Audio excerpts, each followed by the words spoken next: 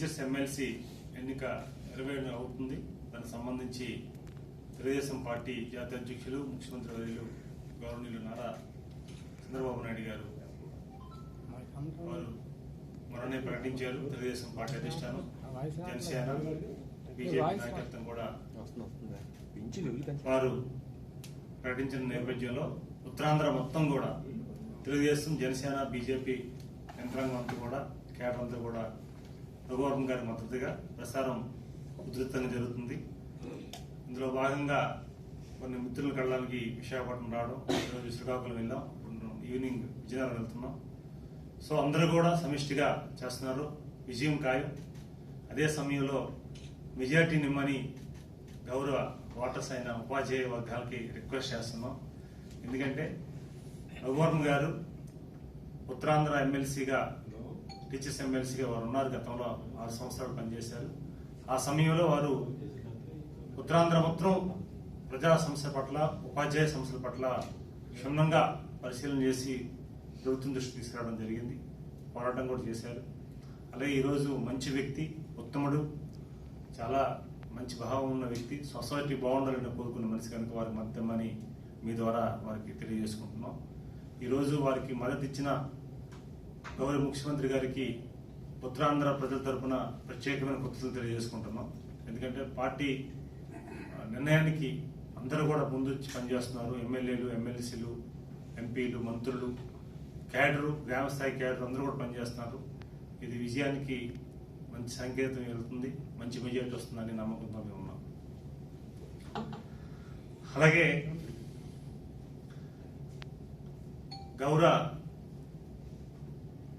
X-CM గారు జగన్మోహన్ రెడ్డి గారు స్వాగతిస్తున్నాం. ఒక ప్రజాప్రతినిధిగా సంతోషం. సో ప్రజా సమస్యలు ప్రజా వేదికైన అసెంబ్లీలో చర్చించడానికి వెళ్తే మంచిదే తప్ప మీ వాదా కోసం, ప్రతిపక్ష వాదా కోసం వెళ్ళి అడిగితే ప్రజలు హర్షించరనేది నా భావన. ఎందుకంటే ఖచ్చితంగా ప్రజలు ఎన్నుకోబడిన ప్రజాప్రతినిధి ఖచ్చితంగా చట్టసభలోకి వెళ్ళాలి, ప్రజల కోసం మాట్లాడాలి. అధికార పక్షం ఉన్నా, ప్రతిపక్షం ఉన్నా సరే. ఎందుకంటే ఈరోజు అధికార పక్షంలో మేము ఉన్నాం. మా సభ్యులు కూడా ఈరోజు పార్లమెంట్లో కానీ, ఇటు అసెంబ్లీలో కానీ ప్రజా సంస్థల మీద మాట్లాడుతున్నారు, చర్చిస్తున్నారు, డిస్కషన్ జరుగుతుంది. చాలా అవసరం అది, ప్రజలకు తెలియాలి. ఎందుకంటే ప్రజా సమస్యలు వచ్చేటప్పుడు అధికార పక్షంలో కూడా, ఎందుకంటే ప్రతిపక్ష వాద జనం ఎలాగే ఉండదు కనుక మా సభ్యులు కూడా మాట్లాడారు. మనం చూసాం అసెంబ్లీలో, గత అసెంబ్లీ జరిగినప్పుడు. సో అలా చర్చించడం స్వాగతిస్తాం. కానీ మీ వాదా కోసం మీరు అసెంబ్లీకి వెళ్ళి మాట్లాడితే అది ప్రజలు హర్షించడానికి ఒకసారి తెలియజేసుకుంటూ, ఇప్పుడు రూల్స్ అండ్ రెగ్యులేషన్స్ ఉంటాయి. ఇప్పుడు ఒక నిబంధన ఉంటుంది. మనకి 10% ఎమ్మెల్యేలకి ఉంటే ప్రత్యక్ష వాదా ఏదైతే ఉందో నాయకుడిగా అవకాశం వస్తుంది. అంటే ఇప్పుడు దాదాపు 18 మంది ఎమ్మెల్యేలు వైకాపాకు ఉండాలి మీరు అవ్వాలంటే. అది ఆల్రెడీ కౌల్ అండ్ సెక్టర్ రూల్స్ పుస్తకంలో కూడా రాసిపెట్టి ఉన్నది. అందుకు అది మీరు చూసుకోవాల్సిన అవసరం ఉంది. ఎందుకంటే ఎందుకు ఈ విషయం వచ్చిందంటే వైకాపా నాయకులు ఆల్రెడీ స్టార్ట్ చేస్తారు. మేము రేపు అసెంబ్లీలో ప్రతిపక్ష వాదాల కోసం మా నాయకుడి కోసం అడుగుతామని చెప్పేసి కొంతమంది మాట్లాడారు. సరే మాట్లాడండి.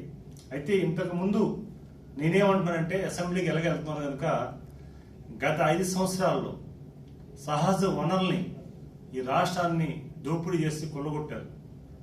భావితరాలకు కూడా ఎటువంటి సంపద లేకుండా మీరు ధ్వంసం చేశారు. దాన్ని మీరు దోసుకొని ఈరోజు ధ్వంసం చేశారు కనుక దానికి అసెంబ్లీలో అడుగు పెట్టగానే గవర్నర్ ప్రసంగం అయిన వెంటనే ప్రజలు ముందుగా మీరు జగన్మోహన్ రెడ్డి గారు వాళ్ళ ఎమ్మెల్యేలు అందరూ కూడా క్షమాపణ చెప్పాలి అసెంబ్లీ సాక్షిగా. ఎందుకంటే అసెంబ్లీ చట్టసభలో, అసెంబ్లీ కానీ పార్లమెంట్ కానీ దేవాలయాలతో సమానం.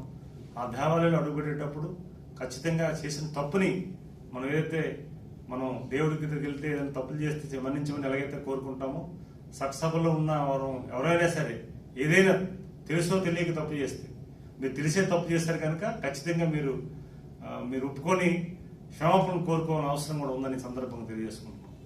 పెద్దిరెడ్డి రామచంద్ర రెడ్డి మనం చూస్తున్నాం, ఆయన దోపిడీ, సహజ వనరులు, ప్రకృతి సృష్టించిన వనరులు కూడా వారు మనం చూస్తున్నాం. పుంకాలుగా ప్రజలు వేలాది మంది వచ్చి వాళ్ళు అద్దెలు ఇస్తున్నారు. ప్రభుత్వ ప్రధాన కార్యదర్శి, రెవెన్యూ కార్యదర్శి వెళ్తుంటే అక్కడ కంప్లైంట్ చేస్తున్నారు. తెలుగుదేశం పార్టీలో కార్యాలయంలో మంగళగిరిలో మంత్రులు అలాగే ఎవరైనా అర్జీలు పెడుతుంటే రిప్రజెంటేషన్ ఇస్తున్నారు. ఏ ప్రాంతం వెళ్ళినా సరే ఆ ప్రాంతానికి సంబంధించి వేలాది మంది వచ్చి రిప్రజెంటేషన్ ఇస్తున్నారు. వారి మీద ఫిర్యాదులు, వారి మీదే కాదు వైకాపా నాయకుల మీద, రాష్ట్రంలో ఉన్న ప్రతి ఒక్కరి మీద కూడా ప్రజలు స్వచ్ఛందంగా వచ్చి, ఎందుకంటే గతంలో వాళ్ళు నోరు విప్పితే లేకపోతే వారు వచ్చి నిరసన చెప్తే అరెస్టులు, భయాలు, చాలా మంది భయపడే పరిస్థితి. ఈ రోజు చాలా మంది స్వేచ్ఛగా వచ్చి వాళ్ళు రిప్రజెంటేషన్ ఇస్తున్నారు. ఆ దోపిడీలు అన్నిటి కూడా మీరు క్షమాపణ చెప్పాలి. ఖచ్చితంగా పెద్దిరెడ్డి రామచంద్ర రెడ్డి అవినీతి అక్రమాల పైన అసెంబ్లీ చర్చ జరగాలి. చాలా అవసరం కూడా ఇది. ఖచ్చితంగా సభ్యులు కూడా చర్చిస్తారు. దీని మీద సమాధానం చెప్పాల్సిన అవసరం కూడా వాళ్ళకు ఉంది. అలాగే వాళ్ళ దోపిడీ, జగన్మోహన్ రెడ్డి దోపిడీ మీద కూడా చర్చ జరగాలి. ఖచ్చితంగా జరగవలసిన అవసరం ఉంది. ఉత్తరాంధ్రలో జరగవలసిన దోపిడీ మనం ప్రత్యక్షంగా చూసాం.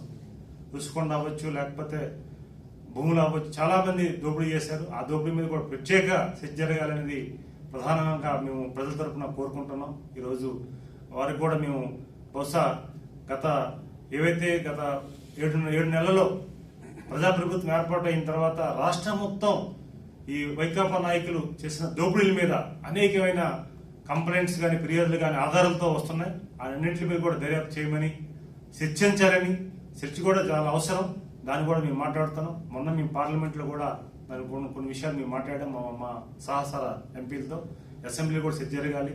ఎందుకంటే అది దేవాలయం కనుక ఖచ్చితంగా ప్రజలు మనకి చూపించిన అవకాశం అది కనుక ఖచ్చితంగా జరగాలని మీ ద్వారా వారికి కోరుకుంటున్నాం.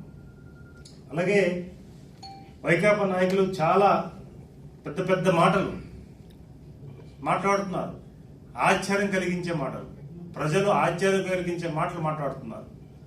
ఈరోజు 5 ఏళ్ళు మీరు ఏమీ చేయలేని పని చంద్రబాబు నాయుడు గారి నాయకత్వంలో ఈ రాష్ట్ర ప్రభుత్వం, ఎన్డీఏ కూటమి ప్రభుత్వం అద్భుతంగా సాధించి ఈరోజు సభాసంపించే విధంగా పరిపాలన జరుగుతుంది.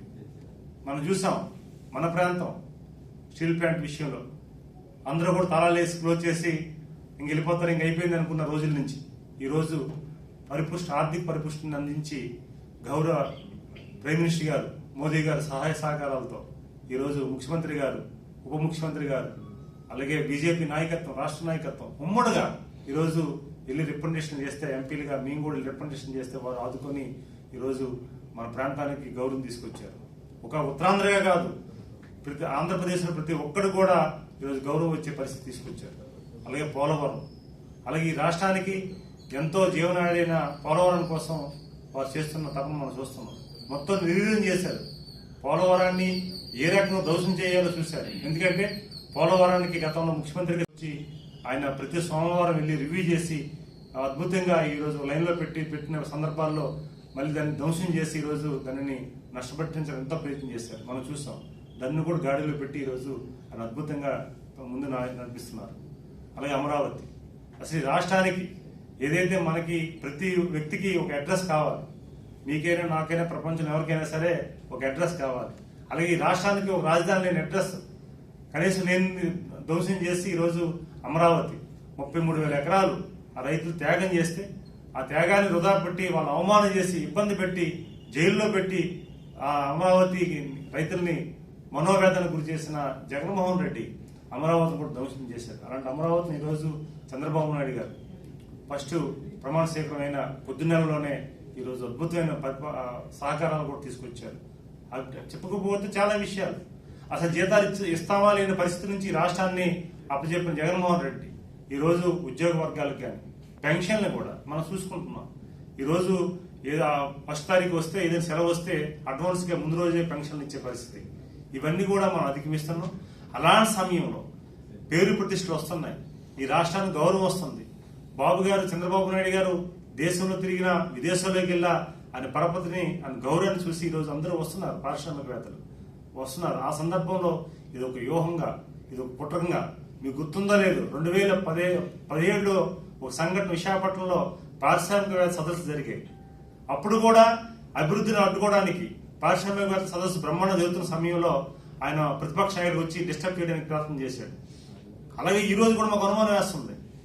మళ్ళీ పారిశ్రామికవేత్తలు బాబు గారి మీద ఉన్న గుడ్ విల్ తో, ఈ రాష్ట్ర ప్రభుత్వంపై ఉన్న గుడ్ విల్ తో ప్రతి ఒక్కరు కూడా వచ్చి ఆహ్వానించి మేము వస్తామని చెప్తుంటే మళ్ళీ భయం పట్టుకుంది.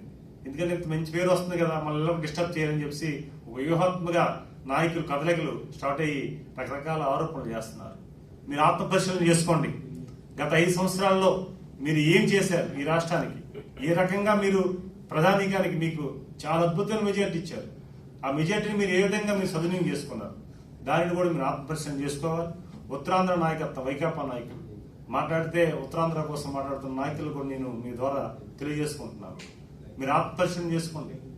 ఉత్తరాంధ్ర మనోభావాల్ని ఏ రకంగా 5 సంవత్సరాలు తాకట్టు పెట్టారు, ఏ రకంగా మీరు ఆ విషయాల్లో మీరు కూడా గుర్తుపెట్టుకోవాల్సిన అవసరం ఉంది. ఎవరు వచ్చి పరిపాలన చేశారు ఇక్కడ 5 సంవత్సరాలు? ఉత్తరాంధ్ర నాయకత్వం ఏం చేసిందా? ఏ నాయకత్వం చేసింది? అందుకే ఈ రోజు మీరు మాట్లాడడానికి అవకాశం లేదు. ఈ రోజు బీసీ వర్గానికి స్థానాలు కల్పించారు, ప్రతి ఒక్కరికి అవకాశం కల్పించారు. ఈరోజు కేంద్రంలో రామ్మోహన్ రెడ్డి బీసీ వర్గానికి ఒక మంత్రి పదవి వచ్చింది, అలాగే ఒక ఉత్తరాంధ్రకు ఒక స్పీకర్ వచ్చింది.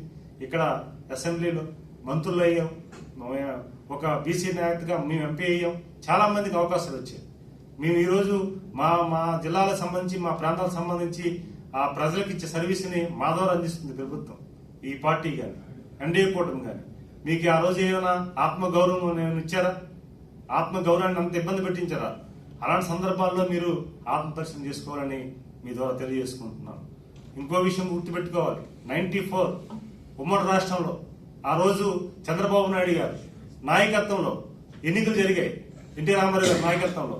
మళ్ళీ చంద్రబాబు నాయుడు గారు ముఖ్యమంత్రి అయిన తర్వాత హైదరాబాద్ లో అల్లలు జరుగుతుంటే లా అండ్ ఆర్డర్ కంట్రోల్ చేసిన ఏకైక ముఖ్యమంత్రి చంద్రబాబు నాయుడు గారు. దేశంలోనే ప్రశంసలు అందుకున్నాయి. అలాంటి నాయకత్వం పనిచేస్తారు. ఇక్కడ కొత్తగా మీరు వచ్చి ఈ 7 మాసాలు మీరు లా అండ్ ఆర్డర్ కోసం అని చెప్పవలసిన అవసరం లేదు. చంద్రబాబు నాయుడు గారు డిసిప్లిన్ కోసం ప్రపంచం అంతా తెలుసు ఆయనకి. లా అండ్ ఆర్డర్ ఎలా కంట్రోల్ చేయాలో, లా అండ్ ఆర్డర్ కోసం ఎవరైనా ఒకటే, అక్కడ సంబంధించిన కుటుంబ సభ్యులు ఎవరున్నా లా అండ్ ఆర్డర్కి వ్యతిరేకంగా ఉంటే ఖచ్చితంగా వాళ్ళు లోబడి ఉండవలసిన అవసరం ఉందని వాళ్ళు 10 చెప్పిన సందర్భాలు ఉన్నాయి. మా నాయకులు తప్పు చేసినా సరే లోన్ పట్టే పరిస్థితి కూడా చాలా సందర్భాలు వచ్చాయి. అలాంటి సందర్భాలు కూడా అడ్మినిస్ట్రేషన్ కోసం మీరు చెప్పాల్సిన అవసరం లేదు. అలాగే అప్పుడు కాంగ్రెస్ నాయకుడు పి జనార్దన్ రెడ్డి గారు స్వర్గీయస్తులు అయ్యారు. వారు ఆ రోజు